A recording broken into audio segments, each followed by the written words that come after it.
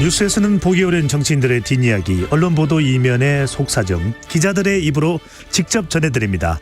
불사조 기자단, 문화일보 이현지 기자, 경향신문 박순봉 기자 두 분과 함께합니다. 어서 오십시오. 안녕하세요. 네.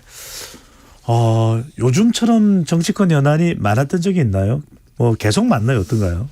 제가 한 거의 10년 가까이 정치부 쭉 이제 중간에 빠진 기간도 있는데 쭉 지켜봤었는데 지금이 제일 복잡한 것 같아요. 그러니까 물론 엄청 큰 일들은 있었거든요. 예를 들어서 박근혜 전 대통령 탄핵 이런 거야 굉장히 더 큰 일이라고 할 수는 있는데 지금은 산발적으로 많아요. 그러니까 여기저기서 움직임이 막 복닥복닥하다라고 할까요? 신당 움직임도 여기저기서 여야에서 동시에 있고 세력들도 좀 복닥복닥하고 여권도 굉장히 좀 복잡하고 이런 상황들은 못 본 것 같습니다. 그렇군요. 막 뉴스가 쏟아지는 요즘이군요. 총선이 진짜 가까워 왔구나가 실감이 되는 것 같아요. 이런 때 언론사에서는 일도 많고 하니까 취재거리도 많고 하니까 보너스가 나오나요? 전혀 나오지 않습니다. 네. 네. 괜히 여쭤봤네요. 네. 자, 지금 정치권에서는 가장 주목받는 인물은 한동훈 장관입니다. 어제 국민의힘이 연석회의를 열었지만 결론을 내리지 못했는데 일단 연석회의 상황 어떻게 이 이야기들이 오고 갔나요? 일단 이제 국회의원 당협위원장 연석회의가 어제 열렸었는데요. 그 열리기 전 어제 아침만 하더라도 한 친윤계 의원이 한동훈 장관으로 사실상 결정이 됐고 이런 연석회의는 요식행위로 봐도 무방하다라는 말까지 할 정도로 한동훈 장관이 좀 대세인 분위기였어요. 그 말만 따르자면은 거의 어제 추대식이 있을 뻔도 했다는 이야기네요. 그런데 막상 이제 회의에 들어가니까 찬성 2, 반대 혹은 우려가 1 정도로 의견이 조금 나뉘면서 결론을 내지 못한 건데요. 실제로 이제 한동훈 장관으로 다 정해진 분위기 때문에 일부 비주류 의원들은 아니 어차피 정해진 판에 왜 내가 들러리를 서냐라면서 좀 불참한 의원들도 상당했습니다. 일단 이제 어제 연석회의를 좀 간략히 요약을 하면 친윤 그룹과 이제 원외 당협위원장 그룹들은 대체로 한동훈 장관을 좀 강하게 미는 편이었고요. 좀 초선 의원들 중심으로는 반대나 우려가 많았다고 합니다. 일단 초선 그룹에서는 사실상 이제 대통령실에서 김기현 전 대표도 사실상 조금 내려오다시피 했는데 또 한 장관을 이렇게 비대위원장으로 대통령실에서 좀 내리는 모양새가 돼서 좀 또다시 대통령과 당의 관계가 수직적 관계로 좀 강화될 수 있다. 그런 우려가 나왔다고 하고요. 비주류 그룹에서도 좀 사실상 대통령실이 내정한 인사로 비춰질 수 있다. 그래서 내년 총선을 앞두고 중도층 포석을 위해서 과연 한 장관이 좋은 카드인가.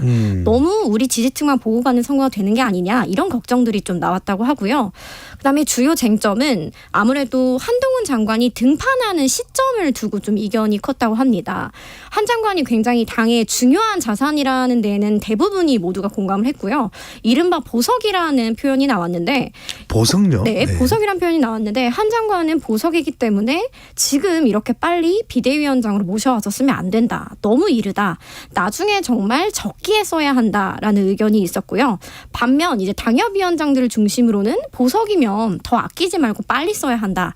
지금 아껴 쓸 때가 아니다. 지금이 바로 절체절명의 위기다. 그렇기 때문에 인지도나 대중성이 좀 높은 선수를 빨리 내보내야 한다. 이렇게 좀 의견이 갈렸습니다. 이제 다만 찬성하는 그룹들 중에서도 한동훈 장관을 비대위원장으로 모실 거냐 아니면 선대위원장으로 모실 거냐 이 부분이 또 갈렸다고 해요. 근데 이 역시 등판 시점에 대한 이견과 좀 비슷한 맥락인데요. 이제 비대위원장은 공천권을 쥐게 된다는 점에서 쇄신의 정권을 쥐게 되는 거고요. 선대위원장은 이제 한동훈 간판으로 수도권 내지 선거 유세를 치르겠다는 게 조금 차이가 있습니다. 더 자세한 내용은 박순봉 기자가 취재를 열심히 했다고 하니. 네, 저 자세한 사항은 중앙선거론조사심의위원회에 있는 게 아니라 박순봉 기자에게 있다. 박순봉 기자. 여하튼 이 연석회의 한동훈 장관의 존재감이 부쩍 올라간 것만은 분명해 보이는데 참석률이나 연석회의의 좀 더 뒷이야기 어떻습니까? 일단 그 참석률이 높았습니다. 그러니까 지금 국회의원하고 당협위원장이 연석회의라고 하잖아요. 그러니까 그러니까 국회의원은 250명, 300명 가까이 모였겠네요. 그렇죠. 200여 명이 참여했다고 당에서 얘기하고 있는데 네. 전체를 다 해도 253명이고 사고당협이라고 해가지고 없는 곳들도 있거든요. 그러니까 그런 것들 빼고 200여 명이 왔으니까 굉장히 많이 온 거고 아까 이은지 기자가 뭐 비운계 의원 안 왔다라고 했는데 대표적으로 김웅 의원 같은 경우는 안 왔거든요. 원래 이제 한동훈 장관에 대해서 공개적으로 좀 반대한다는 입장을 냈고 안 왔는데 그랬는데도 이제 실제로 반대 의견이 좀 적지 않았다라는 거고요. 아까 이제 이 한동훈 장관에 대해서 여러 가지 얘기들이 있었는데 좀 핵심적인 건 이렇게 봐야 될 것 같아요. 일단 기준은 한동훈 장관이었다. 그러니까 한동훈 장관이 하면 안 된다라는 얘기도 했지만 어찌됐든 간에 한동훈 장관을 중심에 놓고 찬반이 있었다라는 거죠. 그러니까 다른 사람들 얘기는 이제 김한길 국민통합위원장 정도가 있었는데 좀 소수에 그쳤다라는 네. 거고요. 그리고 한동훈 장관에 대해서 비대위원장을 하면 안 된다라고 얘기하는 사람들 중에 상당수도 쓰임새가 있다라는 건 좀 인정을 하는 그림이에요. 그러니까 지금 다만 지금 비대위원장 하면 상처 너무 나고 하니까는 나중에 뭐 다른 거 하자, 뭐 선대위원장 하자, 아니면 조금 더 묵혀두자 이런 식의 의견들이 좀 있었던 거예요. 제가 좀 봤을 때 이제 인상적이었던 거는 발언을 하는 사람이 한 33명 정도 됐다 그래요. 대략적으로 이제 그걸 가지고 찬반의 여론을 그 안에서 듣고 기자들한테 전해주고 이런 과정들이었는데 좀 인상적이었던 거는 예를 들어서 이항수 원내수석 같은 경우에는 이렇게 얘기를 하는 거예요. 찬반이 반반쯤 되는 것 같다. 그러니까 이제 찬성 반, 반대 반 이런 정도 되는 것 같다 이렇게 얘기를 하는데 장례찬 최고위원은 찬반이 8대2 정도 나온 것 같다. 찬성이 8, 반대가 2 이렇게 얘기를 하고. 같은 장소에 있었는데 분석은 이 회의의 내용에 대한 분석은 다르네요. 맞아요. 전혀 다르더라고요. 그래서 이게 왜 그런가 하고 좀 얘기를 들어보니까 일단은 이제 중간에 나오는 사람들도 있고요. 그러니까 자기가 본 데까지 보고 얘기해 주는 사람들도 있고 그리고 이제 그것보다는 자신들의 입장에서 혹은 자기가 원하는 방향에서 해석을 좀 할 수 있는 여지가 있었는데 그게 뭐냐면 예를 들어서 어떤 그 발언자 같은 경우에는 이런 얘기를 했다는 거예요. 뭐 새로운 인물이 필요하다. 수도권에서도 도움이 되는 혁신적인 사람이 필요하다. 이렇게 얘기를 했다라는 거예요. 이게 이제 한동훈 장관의 이름은 얘기 안 하고요. 이렇게 하니까 어떤 당협위원장은 아 저거는 한동훈 장관 얘기하는 거네. 근데 반대로 어떤 당협위원장은 아 저거 한동훈 장관 안 된다는 얘기네. 이런 식으로 서로 다르게 해석을 했다라는 거예요. 그러니까 이런 원론적으로 얘기하는 사람들이 좀 많았기 때문에 그랬는데 어찌됐든 간에 전반적으로 보면 한동훈 장관 추대론이 많긴 많았고요. 근데 그럼에도 불구하고 추대를 할 수 있을지는 못할 정도로 그러니까 반대 의견도 적지가 않았다라고 볼 수 있습니다. 네. 한동훈 장관 외에는 뭐 김한길 국민통합위원장이 거론되기도 했다는데 지금 이런 정도면은 여하튼 그 비율이 뭐 찬반이 50대 50이든 장해찬 청년 최고위원회 분석처럼 8대 2든 이렇게 되면은 비대위원장과 관련된 국민의힘 양상이 동훈 안동훈 한동훈 장관이냐 한동훈 장관이 아니냐 이런 상황이 되고 있는데 김한길 위원장도 뭐 또 다른 인물도 거론이 되긴 했습니까? 네, 이날 회의에서 이제 김한길 위원장도 거론이 되긴 했는데요. 원희룡 국토부 장관 이름도 나왔다고 해요. 특히나 이제 비대위원장과 관련한 논의가 이제 처음 테이블 위에 올라온 게 지난주 금요일 국민의힘 의총이었는데요. 거기서 오히려 원희룡 장관 이름이 좀 많이 거론됐다고 합니다. 초선 의원들을 중심으로 원 장관을 미는 그룹이 있다고 해요. 그래서 왜 그런지 좀 이유를 들어보니까 지금 초선 의원들이 당내 가장 다수를 차지하고 있습니다. 민주당도 80여 명이고요. 국민의힘은 60여 명 정도로 절반이 넘어섭니다. 그래서 의견 수렴에 있어서 굉장히 중요한 그룹으로 볼 수 있는데요. 초선들 입장에서는 아무래도 공천권을 주게 되는 비대위원장에 좀 자신들과 이야기가 좀 통하는 좀 편하게 소통할 수 있는 사람을 선호할 수밖에 없잖아요. 그게 아무래도 정치인 출신으로 좀 스킨십이 많이 있었던 원희룡 장관이라는 거예요. 근데 다만 이제 한동훈 장관과는 초선 의원들이 좀 거의 관계를 맺거나 소통을 한 좀 경험이 많지 않고 일단 잘 모른다는 거예요. 왜냐하면 검사 출신이기 때문에 낯설다. 그렇죠. 그리고 김한길 위원장 역시 대통령과 소통하는 사이지 뭐 의원들과 소통을 많이 한 건 아니기 때문에 터놓고 이야기하긴 또 어려운 사이란 말이에요. 또 조금 어려운 상대이기도 하고요. 그러한 이유로 좀 원장관의 힘을 싣는 그룹이 형성이 됐다고 해요. 그런데 뭐 아까 전에 박순봉 기자도 설명했지만 좀 한 장관으로 뭐 대세가 기운 상황에서 좀 원장관으로 갈 가능성은 현재로서는 좀 크지 않다는 게 중론입니다. 네. 자, 근데 지역별로 영남이냐, 충청이냐, 또 수도권냐에 따라서 한동훈 장관에 대한 반응도 달랐다면서요? 네, 물론 이제 전체가 통일된 건 아닌데 그냥 경향성이 좀 나타났다 이런 정도로 보시면 될 것 같은데 일단 대표적으로 뭐 당협위원장이 해주는 얘기가 자기는 좀 이게 이 과정들이 윤석열 대통령의 힘이 좀 빠진 걸 보여주는 장면 같다 이렇게 느꼈다라는 거예요. 그래서 이게 어떤 장면이 그랬느냐 이렇게 물어봤더니 평소에 발언을 잘 안 하는 TK의 모 의원이 공개적으로 한동훈 장관을 비토하더라는 거예요. 그러니까 영남권에서 한동훈 장관에 대한 반대 여론들이 꽤 나왔다라고 합니다. 그러니까 이 얘기가 뭐냐면은 사실 좀 이면을 보면은 한동훈 장관이 오게 되면은 이제 대거 물갈이가 있을 수 있다. 뭐 이런 예측들을 하고 있는 거잖아요. 그러면 이제 물갈이를 한다라고 봤을 때 수도권 좀 어려워요. 물갈이를 하더라도 그 자리에 새로 사람을 보내는 것도 어렵고 그리고 이제 새롭게 보내지는 사람 입장에서도 이건 선물 받는다라고 보기엔 좀 어려운 험지 같은 것들이잖아요. 현역이 아니니까. 네. 그렇죠. 오히려 채우기가 힘든 상황인 거죠. 국민의힘 입장에서. 근데 반대로 영남권 같은 경우에는 당선이 안정적이다 보니까 굳이 물갈이를 한다라면 그 지역을 할 텐데 한동훈 장관이 오게 되면은 아무래도 의원들은 직접적인 그 접점이 없는 상태잖아요. 그러니까 자신들이 대상이 될 수 있다. 이렇게 판단을 할 수 있다라는 거죠. 그래서 영남권에서 좀 반대하는 그런 그림이 좀 나왔고요. 그다음에 이제 수도권 같은 경우에는 좀 각양각색이더라고요. 일단은 모 다른 당협위원장이 하는 얘기가 이제 이 당협위원장은 당협위원장을 맡은 지가 좀 오래된 사람인데 자기가 갔더니 경기도에 평소에 못 봤던 좀 새로 된 당협위원장들이 발언들을 많이 하더라는 거예요. 발언들 많이 해가지고 한동훈 장관을 강하게 밀더라는 겁니다. 그래서 이게 뭐지라고 이제 생각을 해봤는데 아무래도 이철규 전 사무총장이 좀 지지하는 목소리가 나왔었거든요. 그러니까 그쪽에서 좀 설득 작업을 한 게 아닌가 새롭게 들어온 당협위원장들이 왜냐하면 사무총장 시절에 들어온 게 아닌가 뭐 이렇게도 좀 얘기를 하고 있고요. 그러니까 그런 그룹이 한 그룹이 있고요. 서울 같은 데는 좀 섞여 있었어요. 이제 뭐 이름을 말하긴 그런데 뭐 대표적으로 이제 젊은 정치인으로 알려져 있는 당협위원장들은 좀 반대하는 그러니까 한동훈 장관 자체를 반대한다기보다는 비대위원장으로 쓰는 거는 안 좋다 이런 의견을 냈고 뭐 일부 전직 의원들 같은 경우에는 한동훈 장관 하는 게 맞다 이런 식으로 얘기를 해서 서울은 좀 섞여 있었고 그러니까 경기도는 한동훈 서울은 반반 그다음에 인천은 뚜렷한 입장이 없었다라는 거예요. 그러니까 이 수도권 같은 경우에는 굉장히 혼재돼 있고요. 강원도는 한 명도 얘기 안 하더라고 하더라고요. 근데 이것도 저는 좀 굳이 해석을 해보자면은 이철규 전 사무총장이 이제 강원도가 또 지역구잖아요. 그리고 지금 이제 구리 쪽을 나갈 걸로 많이 이제 알려져 있는 상태고요. 험지 출마를 할 가능성이 좀 있거든요. 이철규 인재영입위원장이 험진 구리 출마설이 돌고 있습니까? 네. 그 이제 그쪽이 뭐 아무래도 경기 쪽이니까 경기 쪽 위주로 설득을 한 게 아니냐. 이건 그냥 해석입니다. 뭐 설득을 하고 그다음에 강원도 쪽은 어느 정도 얘기가 됐으니까 발언을 잘 안 하고 이런 걸로 좀 해석을 하는 사람들이 네. 있고요.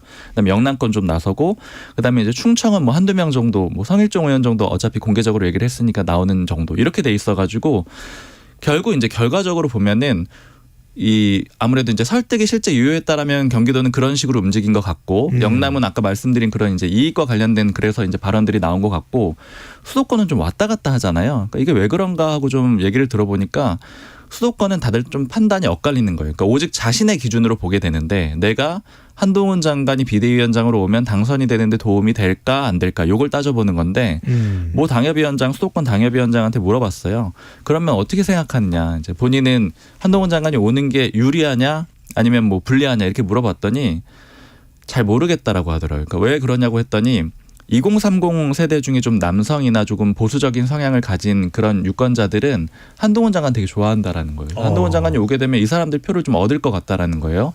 근데 반대로 4050은 다 빠져나갈 것 같다라는 거예요. 그래서 플러스 마이너스를 해봤을 때 이게 도움이 되는 건지 안 되는 건지 판단이 좀 잘 서지 않는다라는 거죠. 그러니까 결국 뭐 어떤 사람은 이렇게 판단을 할 테고 어떤 사람은 도움된다 판단할 테고 안 된다고 판단할 텐데 이러다 보니까 수도권은 목소리가 좀 혼재되어 있는 그런 그림이 한 가지가 있고요. 네. 그리고 또 하나 볼 수 있는 거는 이제 모 관계자가 국민의힘 모 관계자가 얘기를 하는데 이렇게 표현하더라고요. 스마트하게 판을 깔끔하게 짜고 계획을 짜고 이런 것 같진 않다. 그러니까 왜냐하면 이게 지금 뭐 이철규 전 사무총장이 움직였다라고는 하고는 있는데 전체적으로 통일된 목소리가 나오는 것도 아니잖아요. 그러니까 지금은 네. 결국에는 자신의 선거랑 관련이 되다 보니까 누가 움직인다고 하더라도 자기 이익이 굉장히 중요해진 상황이 됐고 그러니까 사실 선거가 가까워지면 그게 제일 중요한 거잖아요.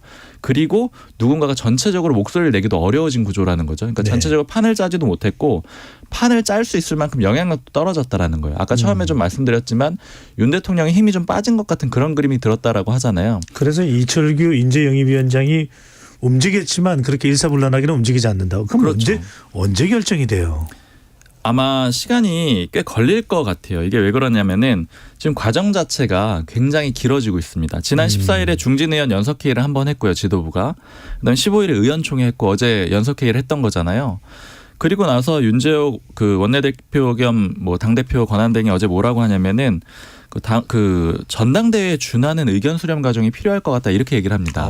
그러니까 이 얘기는 뭔가 다른 걸 더 할 수 있다라는 거고 그리고 제가 한 가지 더 좀 인상적으로 본 거는 윤재옥 원내대표가 오늘 뭐라고 했냐면은 예산안 처리랑 좀 연관이 될 수가 있다. 비대위원장 지명이 이런 얘기를 했어요. 이게 뭐냐면은 예산안이 밀리면 더 뒤로 미뤄질 수 있다라는 얘기거든요. 근데 이거는 좀 짚어볼 점이 있는 게 한동훈 법무부 장관이 비대위원장을 맡으면 안 된다라고 하는 논리 중에 하나가 뭐냐면은 와가지고 예산안 처리하고 그다음에 예를 들어 김건희 여사 특검 이런 거 전면에서 방어하고 이렇게 되면은 소위 말하는 기스 뭐 상처가 너무 많이 날 거라는 거예요. 그러니까 이거를 윤재호 원내대표가 어느 정도 처리를 하고 그다음에 비대위원장으로 임명을 하더라도 하고 그다음에 이런 과정은 아무래도 여태까지 이제 당대표가 2번이나 물러나는 전력이 있다 보니까 정당성도 충분히 확보하는 시간도 갖고 뭐 이런 절차가 있기 때문에 시간이 어떻게 보자면 또 예산안과 연동이 돼서 꽤 걸릴 수도 있을 것 같습니다. 아, 그런 걸 이런 걸 저런 걸 따져봐야 되기 때문에 시간이 그때 저는 제일 궁금한 게 이런 거예요.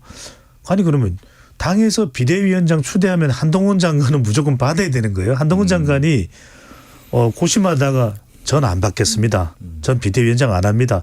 이러면 또 어떻게 되는 거예요? 한동훈 장관의 반응이 뭐 나오고 있는 게 있습니까? 사실 오늘 반응을 이제 체크해야 되는데 오늘 법사위에 나올 일이 있거든요. 한동훈 네. 장관이. 그래서 이제 발언이 나오긴 할 텐데 근데 다만 여태까지 한동훈 장관의 스타일로 봤을 때는 그 여러 가지 행보들이 일단은 수용을 한 걸로 좀 해석이 되는 행보들이 있습니다. 그러니까 대표적으로 어제 그 연석회의가 있을 때 한동훈 장관이 일정 같은 거 다 취소했거든요. 네. 외부 일정 다 취소하고 기자들이랑 접점을 안 만들었어요. 그러니까 이 얘기는 만약에 본인을 추대하는 본인이 주제인 그런 연석회의에 대해서 뭐 할 말이 있을 텐데 얘기를 안 했다라는 거는 당 상황을 좀 지켜보겠다라는 그런 의미로 보이고 그다음에 당에서 사실은 여당이잖아요. 여당에서 한동훈 장관을 비대위원장 한 해 만에 하고 있는데 임명권자인 대통령도 뚜렷한 발언이 없는 상태잖아요. 예를 들어 대통령이 장관 계속해야 되는데 이런 입장이라고 하면은 이런 정도는 대통령실에서 충분히 입장을 낼 수 있는 내용이거든요. 근데 얘기를 안 하고 있잖아요. 그러니까 이런 것들은 당의 상황이 괜찮으면 보낼 수 있다라는 시그널로 익힌다는 거죠.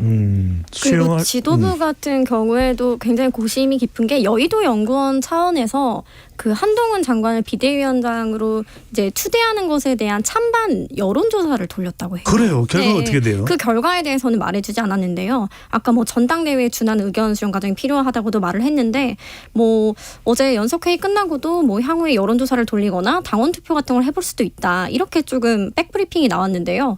실제 여연에서도 조사를 해봤다고 합니다. 네. 이현지 기자가 마침 이야기를 잘하셨어요. 왜 이현지 기자가 브리핑 안 해주냐고. 자꾸 네. 저를 찾으시는. 자, 그래서 지금부터는 저를 멀리하시는 이현지 기자 특집입니다. 자, 이낙연 신당 계속해서 질문이 나옵니다. 신당 창당을 추진하고 있는 이낙연 전 대표. 자, 당내 초선 의원들은 창당을 반대하는 서명 운동을 벌이고 있는데 민주당 내의 상황은 어떻고 또 제일 궁금한 건 이낙연 전 대표가 아직도 사람들은 과연 창당을 하는 걸까? 신당을 하긴 하는 걸까? 어떤 상황입니까?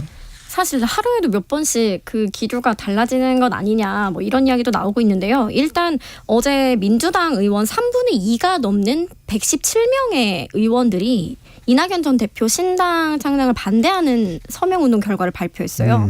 굉장히 많은 숫자인데 이에 대해서 이 전 대표가 어제 KBS 사사건건에 나와서 어떻게 인터뷰를 했냐면 지금이라도 획기적으로 변화를 한다면 민주당이 변화한다면 당과 대화하고 여러 가지를 함께 논의할 용의가 있다라고 말을 했는데요. 이게 뭐 표면적으로는 자신이 신당 창당을 해야만 하는 명분을 좀 더 확실히 한 걸로도 볼 수 있지만 결국에는 조건을 내건 겁니다. 본인이 지적한 팬덤 문제나 당내 민주주의 실종 이런 것들을 이재명 대표가 좀 획기적으로 개선을 하면 신당 창당을 하지 않고 좀 대화할 용의가 있다는 거예요. 그래서 이 대표의 변화 혹은 당의 변화를 좀 조건으로 내건 건데요. 뭐 서명 운동에 대해서는 신당 중지 서명 운동보다 지금 정풍 운동을 하는 게 먼저다라고 비판을 하긴 했는데요. 사실 그동안에 이 전 대표가 신당 창당을 시사하면서 연일 발언 수위를 높이다가 대화라는 이야기를 꺼냈어요. 그래서 당내 의원들의 좀 반발을 고려해서 아무래도 숨고르기에 나선 게 아니냐 이런 평가가 나오고 있고요. 또 오늘 이낙연 전 대표가 원래는 오전 10시에 KBS 그 KBC 방송에 나오기로 했었는데 이걸 취소했습니다. 그래서 이게 좀 기사화가 되기도 했는데 그 KBC 측에 내가 왜 오늘 방송을 못 나가는지 이유를 설명하는 과정에서 지금 질문지 자체가 신당 창당을 기정사실화하고 있는데 이게 그대로 나가면 방송사고가 된다. 그래서 사실상 신당 창당 뭐 중단 가능성을 조금 내비친 거예요. 오. 그래서 이제 방송 직전에 제가 이낙연 전 대표 측에 좀 연락을 해봤어요. 예. 이 오늘 KBC 방송에 나오지 않고 이렇게 이 방송 사고다라고 이야기를 하는 게 KBS가 아니라 KBC입니다. KBC입니다. 광주 방송입니다. 네, 그래서 창단 중단 가능성을 시사한 게 맞느냐라고 물어봤더니 이것은 너무 과도한 해석이다. 절대 후퇴는 아니다라고 진화를 좀 했고요. 일단 당의 변화를 주문을 했으니까 이거에 대한 답을 기다리고 있는 시점이지. 네. 만약에 당이 변화하지 않으면 창당한다는 조건이 여전하다는 거예요. 근데 이 말을 바꿔서 말하면 당이 변화하면 창당하지 않는다는 거잖아요. 그래서 뭐 이낙연 전 대표 측에서는 이게 전혀 기류 변화가 아니다. 후퇴하는 게 아니다라고 예. 말은 했지만 당 내에서는 이제 반발을 고려해서 조금 수위 조절에 나섰다. 이렇게 보고 있고요.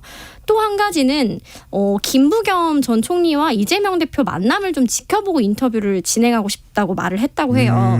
이 대목은 이제 김부겸 전 총리가 최근에 주변 사람들에게 만약에 이제 내일 만나기로 예정이 되어 내일 있는데요. 만남이 예정돼 있습니다. 네. 20일입니다. 그래서 이 대표를 만약에 만나면 어떤 이야기를 할 거냐라고 했는데 김 전 총리가 이낙연 전 대표와 좀 만나서 이야기를 해서 통합을 하라. 이 이야기를 자기는 꼭 할 거다라고 했다고 해요. 그래서 이 전 대표가 이 김부겸 전 총리와 이 대표의 만남을 통해서 뭔가 변화가 있을 수 있잖아요. 그걸 좀 기다린다는 측면에서 좀 보류를 한 것 같고요.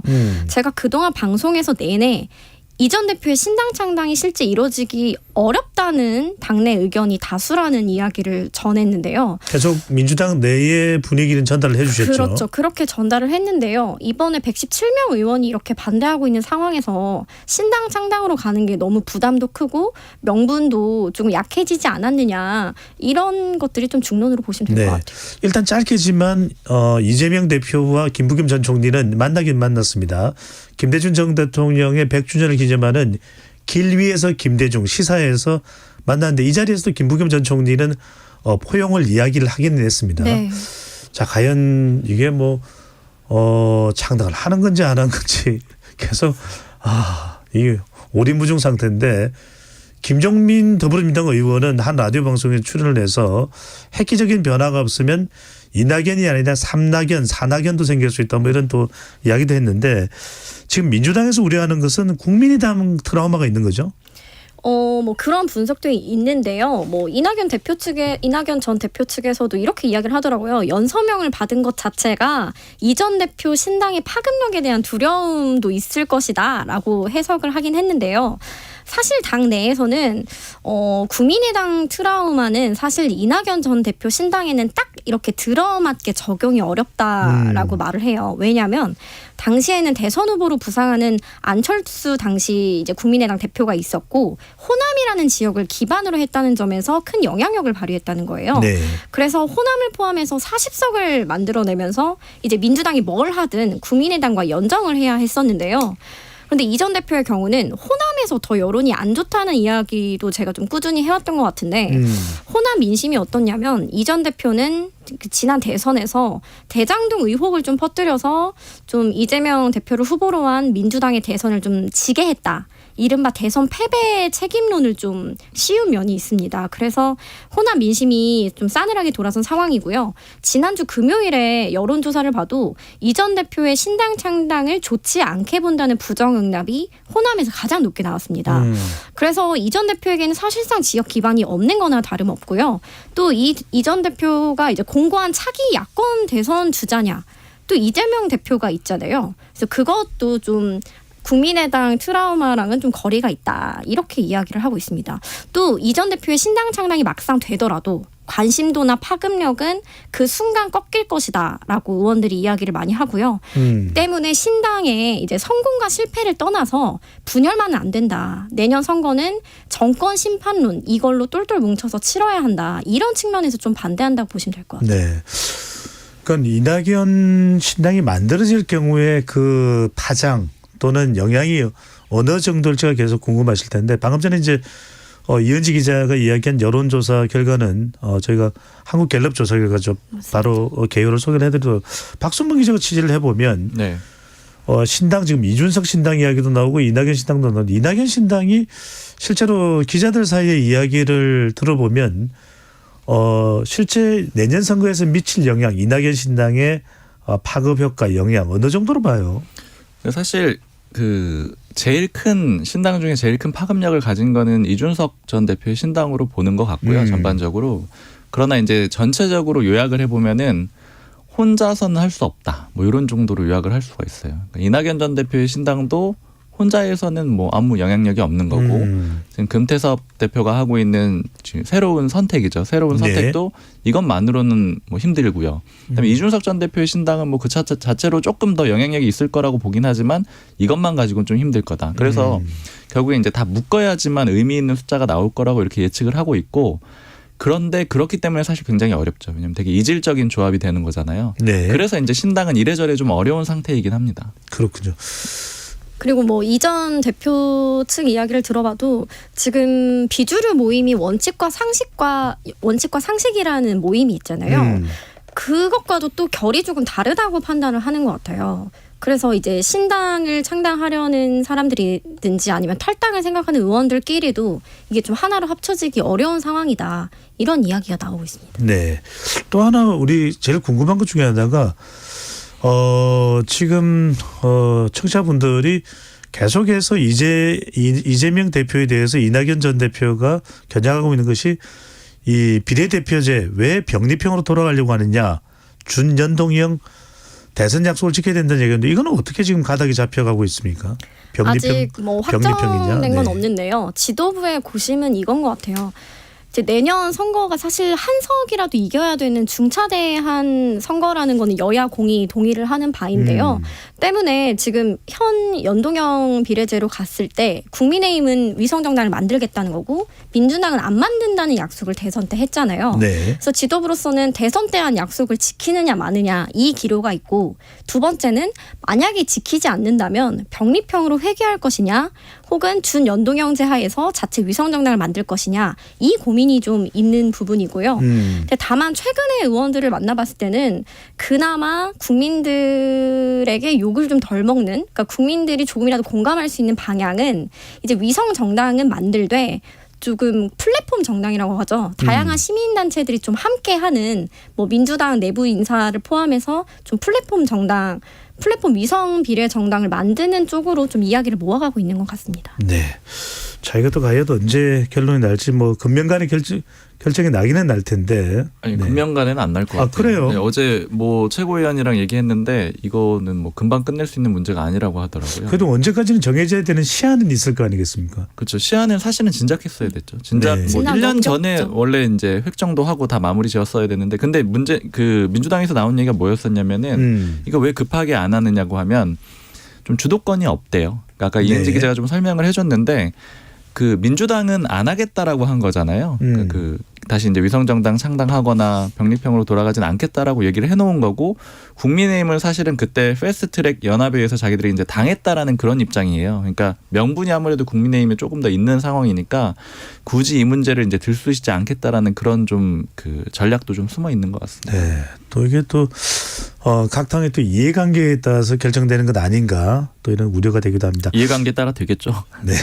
조금 전에 이은지 기자가 언급한 이낙연 전 대표의 신당 창당 관련 여론조사는 한국갤럽 자체 조사로 지난 12일부터 14일까지 유권자 1,002명을 대상으로 무선 가상번호 전화 면접 조사 결과이고 오늘 소개드리는 모단 조사는 중앙선거여론조사 심의위원회 홈페이지에서 확인 가능합니다.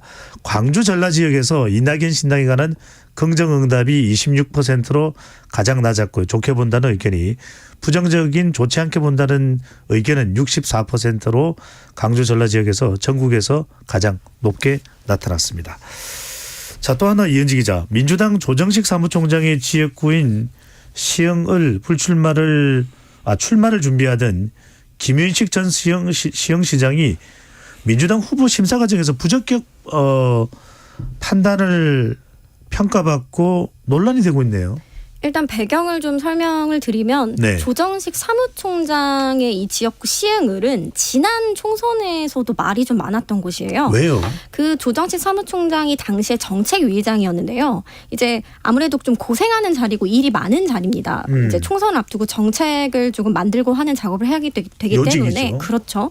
그러한 이유로 경선을 원래 하기로 했던 이 지역이 단수공천 지역으로 뒤바뀐 거예요.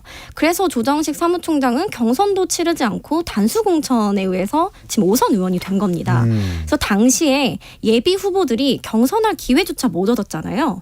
그래서 김윤식 전 시흥시장과 김봉호 변호사 이 두 사람이 이에 불복해서 공천결정 효력 정지 가처분 신청을 법원에 냈습니다.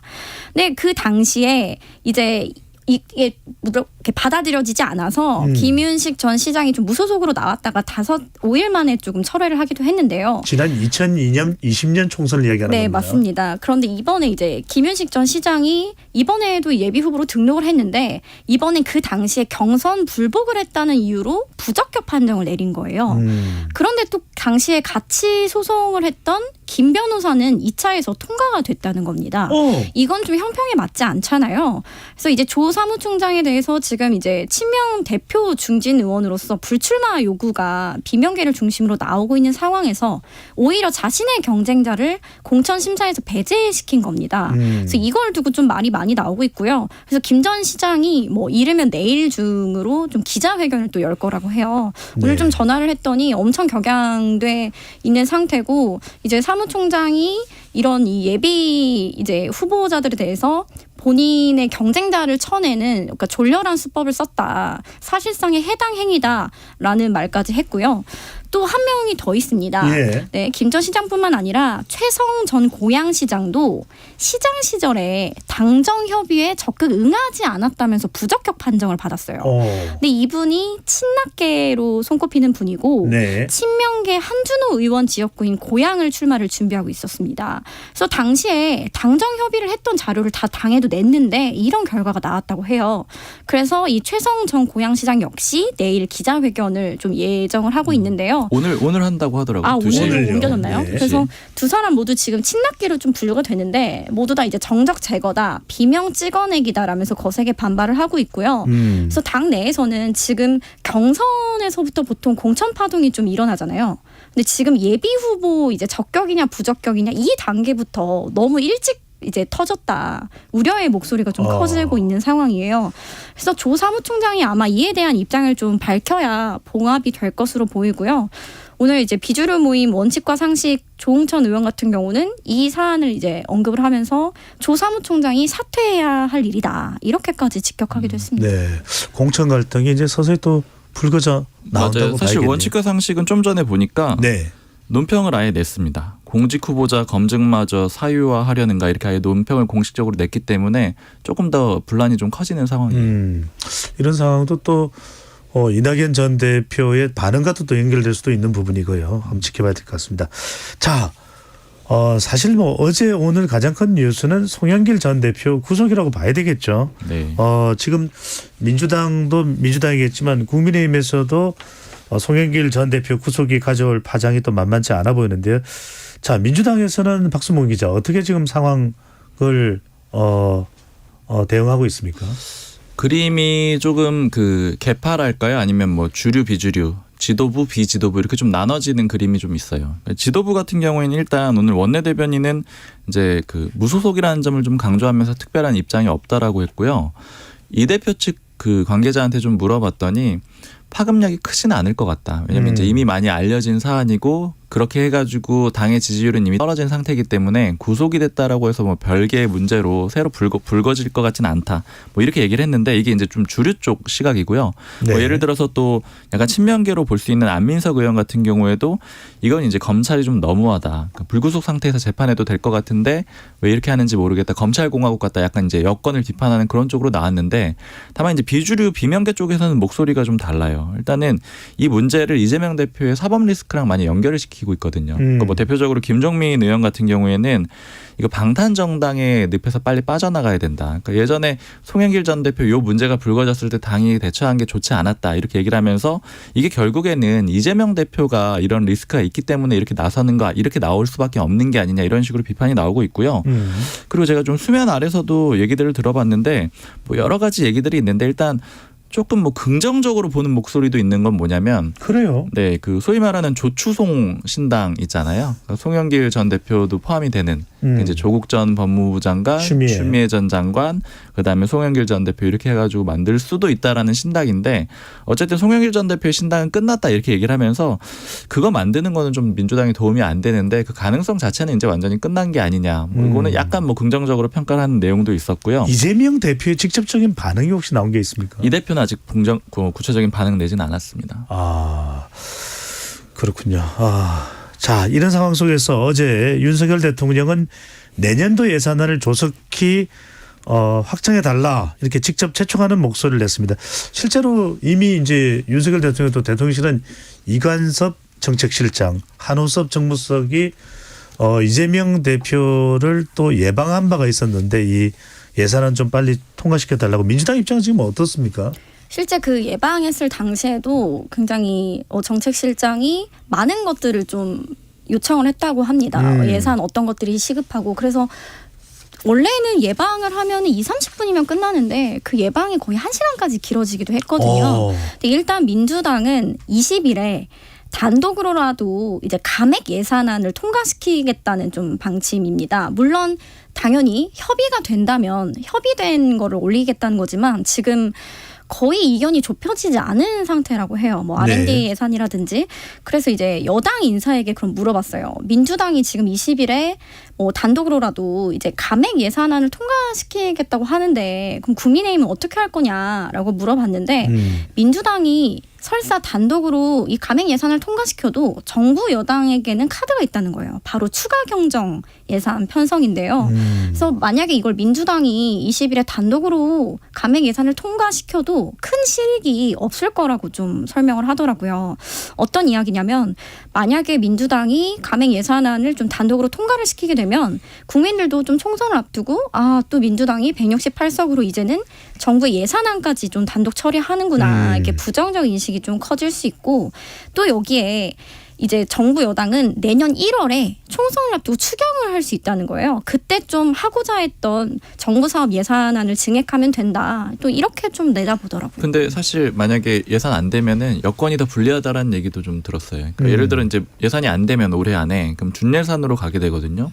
준예산으로 가면 사실 간 적이 한 번도 없고 뭐 헌정사상 초유 이렇게 되는 건데 준예산이라는 건 그럼 결국엔 아주 급한 것만 쓰고 나머지는 집행을 안 하는 거예요. 네. 예를 들어 뭐 공무원들 월급 주고 이런 정도는 집행을 하겠죠. 근데 예를 들어서 뭐 이렇게 보조금 같은 거 어려운 가정에 보조금 나오고 이런 거는 당장 집행 못 하게 될 텐데 그런 돈 안 나오게 되면은 일단은 여당에 대해서 그러니까 정부에 대해서 아무래도 사람들이 불만을 가질 수가 있다라는 거죠. 그러니까 지원금이 나올 때는 정부에 대해서도 긍정적인 반응을 갖듯이 반대로 그게 안 나오게 되면 정부에 대해서 비판적인 입장을 갖게 될 수 있기 때문에 준예산으로 넘어가는 상황은 아무래도 여건에 불리할 수도 있다. 예, 이런 얘기도 있습니다. 그렇게 가서는 안 되겠죠. 국민들을 네, 위해서 약속 지켜야죠. 민생 네. 예산안만큼은 꼭 머리를 맞대서 통과될 수 있으면 좋겠습니다.